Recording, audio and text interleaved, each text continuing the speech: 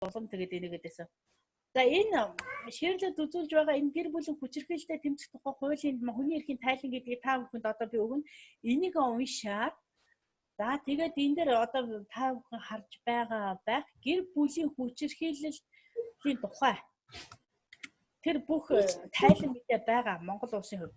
За энийг үзээд за жишээ нь захиргааны хуулиар яаж зөрчигдсөн хэргийг шийдвэрлсэн байна.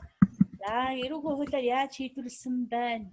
Гэрлэлтээ хэрхэн цуглуулсан байна. Эвлэрүүлэх хугацаа гэж ямар байна гэдгийг энэ бүхнийг та бүхэн уншиж судлана.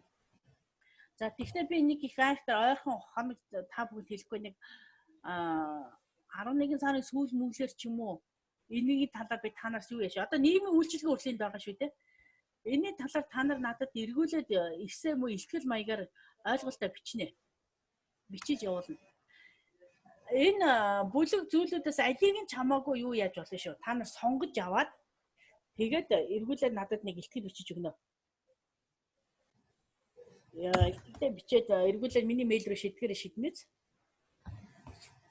Энийг уншиж судлаарай. Энэ Монгол улс хамгийн сүүлийн Монгол улсын гэр бүлийн хүчирхийллийн байдал ямар байна гэдгийг яг тодорхой гарч ирэх байгаад яг хурангуугийн уншихад их сонирхолтой за уучлаарай гэхдээ хүчирхийл үн сонирхолтой сайхан байх уу. Гэхдээ нэг мэрэгчлийн хүний үднээс бол нэлээд сан уншиж судлал зүгээр юм байл шүү.